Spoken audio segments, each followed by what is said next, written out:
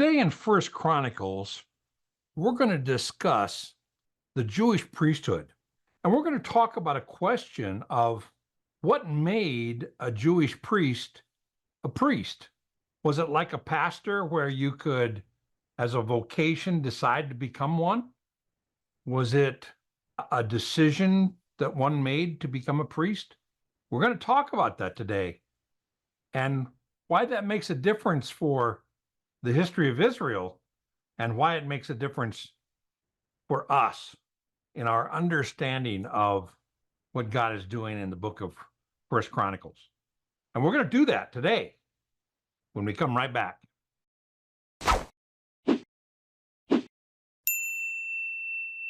Hi, and welcome to Bible Study with Friends, where our goal is to help you get more impact from your Bible studies.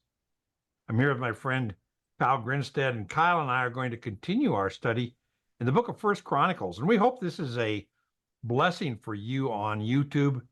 If it is, be sure to hit the subscribe button and the like button. That helps us with YouTube. And I'd love to hear your comments. As we get into this book of First Chronicles, this is an interesting chapter 6. We're going to do the first 30 verses, and I think you'll see why when we do that. And then we'll split up and we'll do another section. And then this is a long chapter. This is 80 verses. So we'll do chapter 6 in 3 sections. And this section today, we're going to ask and answer an interesting question, and that is, how does a Jewish priest become a priest? What makes a Jewish priest a priest? We're used to, in our culture, I guess, when somebody decides to become a pastor or an Anglican priest or whatever, it's a call to a vocation, right? We decide to go into the ministry. And in this culture today, we wonder if we have a good perspective of what it entails to be a Jewish priest. And that's what we're going to talk about today. Now, one of the questions we had when we first started this, do you remember what the intent of First Chronicles? Yeah, I think it was like, it's a dual fold. It's to track the line of Messiah and then to track the priesthood. Okay, that's right. And also probably a third is to let everybody know what tribe they belong to so that they know what area they're going to resettle when they come out of the 70 years of captivity. But the main two things are the Messianic line, the line of Messiah that's going to produce Messiah, and the priesthood that are going to reestablish correct worship in the temple. Okay. Remember, one of the reasons why they were judged in the first place and sent into exile was because they were not worshiping God with reverence. So when they come out of exile, one thing they really want to do is make sure that we worship God correctly, and that involves reestablishing the temple worship. So those are the two emphases. And we're going to see both of those kind of suggested in today's 30 verses. And we're not going to read through all these names. I wouldn't do that to you, and I wouldn't even try it. But let's go to the first verse of chapter 6. And we're going to see something very interesting here. We're going to notice some interesting things as we go here. Let's go into that first verse. Now, the sons of Levi were, this is the priesthood, right? The sons of Levi were Gershon, Kohath, and Miriam. Okay? Merari. Okay. Gershon, Kohath, and Merari. Now, what do you notice in the second verse? It goes into the second son's lineage first. That's right. It does not go into the eldest son. And you go, that's strange that they would do that. But it is Kohath's line that produces, if you notice, the sons of Kohath. Now, we got to talk a little bit about this. And I think we've mentioned it a couple times, but when he says the sons of Kohath were, this is really descendants of Kohath. We're going to go through 7 or 8 generations here, and they're even going to skip some names. that are Okay. mentioned in other places in the scriptures. Because again, the intent of the writer of First Chronicles, and we think it's Ezra, but the intent is not to give a detailed chronology. It's to give reference points where people could relate back to what tribe they belong to and which tribe is producing the Messiah and temple worship. So he's Hmm. not really that interested in naming all the sons and all the descendants of all the sons. He'll jump to the sons that are important. Okay. All Now, right. you notice Kohath, who is the second son. We're going to get back. It's very interesting. He is going through from verse 1 down to about verse 15. He's talking about the lineage of the high priest or the chief priest. Okay. So this is tracing not just the priesthood, but specifically the chief priest, because in the temple worship, the chief priest is the one who goes into the Holy of Holies and offers the blood to intercede for the sins of the people. Yeah. So he is key. Now we find out that's a key position, and it's not an elected position. It's not just a vote of popularity. It's because of the family you belong to. Okay. Now let's look back. Kohath, back to verse 2. Kohath were Amram, Hezrah, Hebron, and Uzziel. And the children of Amram, now so it jumps again here.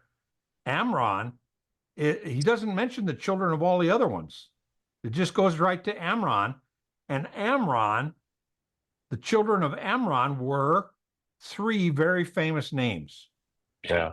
Aaron, Moses, and Miriam. Now, I have to admit, after 50 years of studying the Bible, I saw something here that I had not really thought about. Do you see in that list of the three famous names that are associated with Amram? Their father was Amram. Yeah. Notice anything? Was it the fact that typically women aren't mentioned in the Levitical priesthood, but Miriam's mentioned? Miriam's mentioned. Okay. That's significant. I've got that highlighted in orange there, like I've done with all the women in the lineage. But it's also interesting to me, and I've never put this into perspective, that Aaron is the older brother. Oh, okay. And Yeah. Aaron was Moses' brother, but I always assumed that Moses was the oldest one.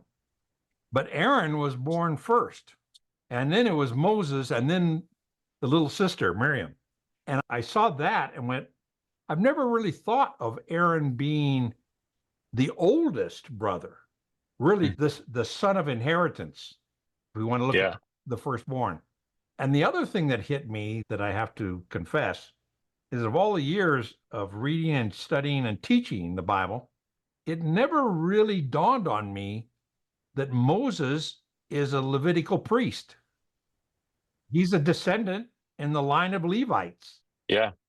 And we always think of Aaron as a priest, but I personally just had never put together that Moses is a priest also. Yeah. Now he's not the chief priest. We're going to see that in just a second here, but that just struck me that I never really, of all the Bible studies, all the Sunday school lessons, somehow that just never connected for me that Aaron is the oldest and is a priest. Yeah.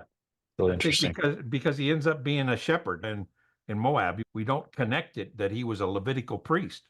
So that's Yeah. just an interesting thing that kind of dawned on me when I was studying this, that I'd never really thought about before. And that's really part of what Ezra is doing when he's writing First Chronicles, is he's trying to get the people of Israel to think about their connections. Now, it's also interesting, I find, that the children of Amram were Aaron, Moses, Miriam, and Moses, of course, is extremely famous. But Aaron is the one whose line is gone through. You notice that? Yeah. Now, I want to do some cross-referencing just for some perspective on, let's do Aaron first. I want you to flip over to Exodus chapter 28, verse 1. Okay. Then bring forward to yourself your brother Aaron and his sons with him from among the sons of Israel to serve as priests to me. Aaron, Nadab, and Abihu, Eleazar, and Ithamar, Aaron's sons. Okay. So Aaron is designated a priest, and his descendants are going to be priests. All right. Now, if you turn to Ezra chapter 7, verse 1 through 5, especially, let's read verse 5. Okay. Son of Abishua, son of Phinehas, son of Eleazar, son of Aaron, the chief priest. Okay. So not only was Aaron designated as a priest by God in Exodus, he was also designated as the chief priest. And what that meant was in the Levitical tribe, the people of Leviticus, no, the Levites, okay, there were high priests and there were priests. Yeah. And to be a high priest, you had to be a descendant, a direct descendant of Aaron, that God said he's our high priest. And his descendants are going to be high priests. Now, somebody else who's a descendant of a high priest is John the Baptist. You remember the story of John the Baptist's father? When he was struck, he couldn't talk because he rejected the idea of them having a baby. Yep. Zechariah. And when that happened, Zechariah was serving as the high priest in the Holy of Holies. Okay. Yeah. So John the Baptist is a Levite, a descendant of a high priest, a descendant of Aaron. Wow, Very interesting. Yeah. Now, we saw Aaron is designated by God as not only a priest, but a high priest with his descendants, right? And then you get the descendants down here. And they're mentioned in other places too. They're not that great, but we'll talk about that later. Then the next child of Amram is Moses. And I want a little, I noticed some things that I had never seen before. I want you to turn to Exodus chapter 2, verse 1 and 2. Okay. Now a man from the house of Levi went and married a daughter of Levi, and the woman conceived and gave birth to a son. And when she saw that he was beautiful, she hid him for 3 months. Now that son is going to become Moses. Is going to be named Moses. I never put together that it was a Levite father who married a Levite woman and produced a Levite son. Yeah. They produced Aaron first, but that's not even mentioned because this is the story of Moses. But here it's clear that Moses is a child of a Levite. Therefore, he is a priest. Now, flip over to Exodus chapter 6, verse 20. Okay. Now Amram married his father's sister Jochebed, and she bore him Aaron and Moses, and the length of Amram's life was 137 years. So now we're back to Amram, and here again, it's confirmed that Aaron is born first, and that this Levite man and Levite woman mentioned in chapter 2 are the father of Aaron and Moses, and Miriam is the sister.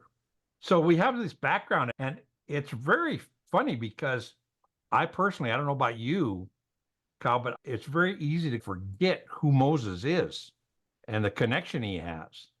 Yeah. Now, in First Chronicles, we don't go into the line of Moses at all. It goes right to the line of Aaron, because again, in this section of First Chronicles chapter 6, this is talking about the lineage of the high priesthood. And that's going to become important because when we go back to the temple, after we're released from Babylon to go back to Jerusalem, the high priest is going to be the one who reestablishes the correct worship in the temple. Yeah. Now, the priests are going to serve, and we'll see priests here in a second, but there's the high priest, and then there's priests. And the priests served in the temple, but they could not go into the Holy of Holies to atone for the sins of the people. We see in Hebrews, I'm going to recommend a video in Hebrews, that Jesus is a better high priest than the high priests. It's a very interesting concept because of this going into the Holy of Holies, that responsibility of correct worship to cover the sins of the nation, because the sins of the nation is what got him into the captivity in the first place. Okay? That's cool. Now, we can skim along here because it's interesting. You see this, that this section from verse 1 to verse 15 is a history of serving in the temple, and the emphasis is on Aaron's line, not Moses' line. Now, I'm going to jump to some footnotes that are in the text here. Again, this is Aaron's line of the high priesthood, and it goes on here, and you see these names, and they're connected, and it's became the father of so and so became the father of so and it goes. This is all first generation stuff. There's no other kids named, right? Yeah. So you go all the way down to the first footnote, and I put a big key here because this is key to the chapter. Johanan became the father of Azariah, and then there's a footnote. Notice this. It was he who served as the priest in the house which Solomon built in Jerusalem. Now, why is that a key thing? That's, I guess, the transition point from the tabernacle to the temple. Is that kind of what it's talking about? Absolutely. And what was the temple of Solomon to the people of Israel? What was the significance of the temple of Solomon? It was a transition from the tabernacle, which was a temporary housing, to the house of God, right? In the promised land. And this was going to be a permanent structure to worship God. The dwelling place of God. That's right. And the Temple of Solomon was the pinnacle. It was the best temple of all the temples. There's basically three temples. There's the Temple of Solomon, the temple they built after they came back, and they tried to rebuild it, and then the Temple of Herod that we have in Jesus' time.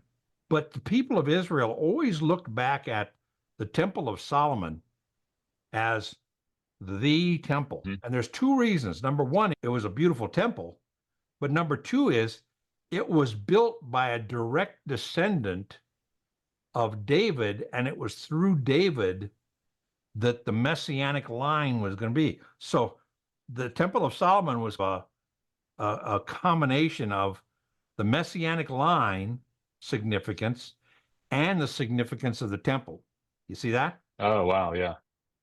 So that's a very significant thing, that here he's got a direct descendant into a high priest who was the high priest in the original temple built by Solomon, David's son, who's going to be in the direct line of the Messiah. Yeah. Okay. That's really cool. So that's a significant footnote there. It isn't just an interesting little thing. That is significant to the people of Israel, that this high priest was the high priest who served Solomon. Then there's another. Did you notice the other footnote a little bit later? Yeah, was it verse 15? Yep.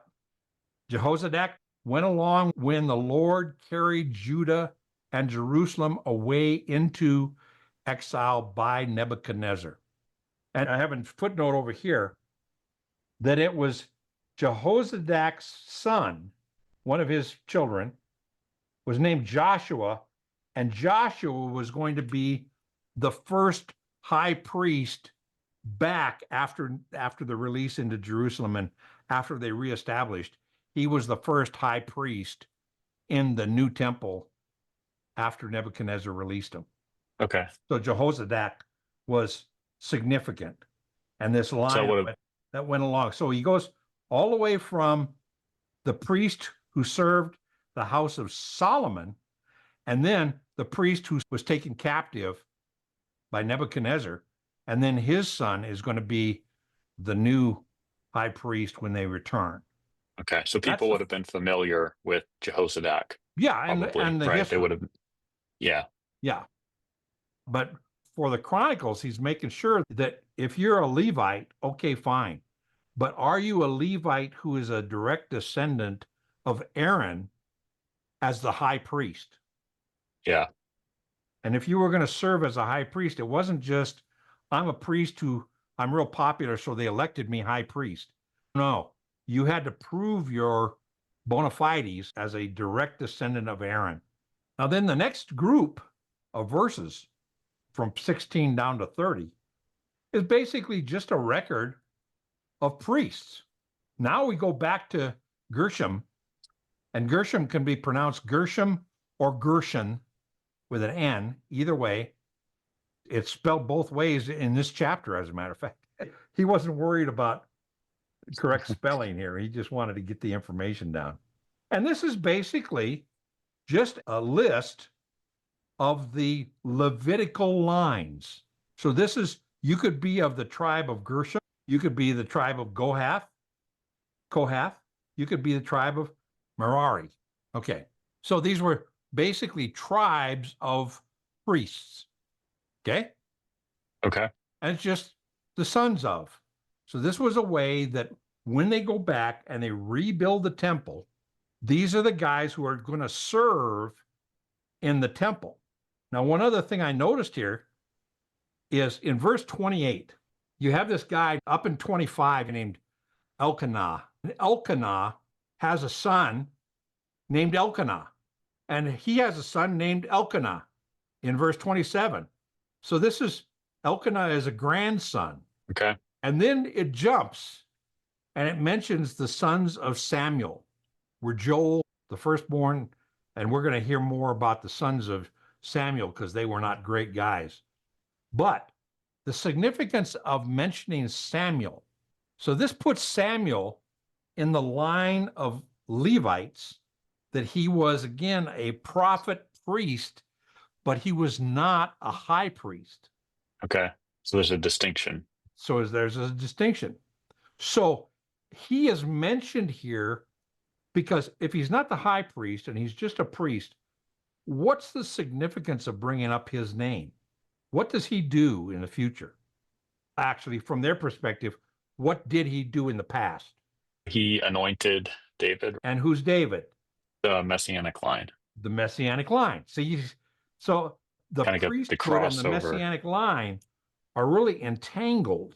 And basically, you can be a high priest and connect to the high priest and officiate in the Holy of Holies, or you can just be a priest.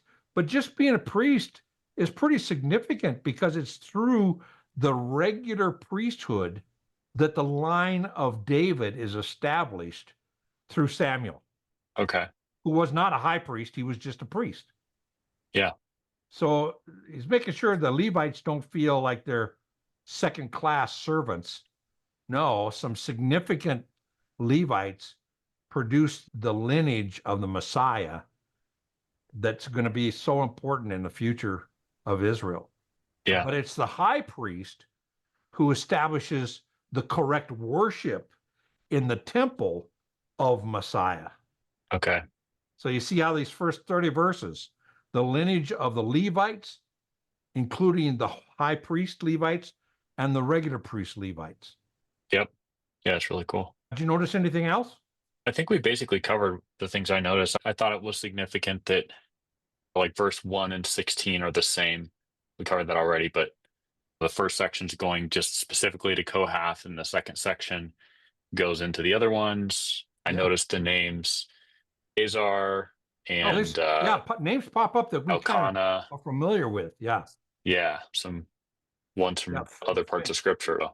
Phineas is a name that pops up early, and he produces a line of chief priests, and it's significant.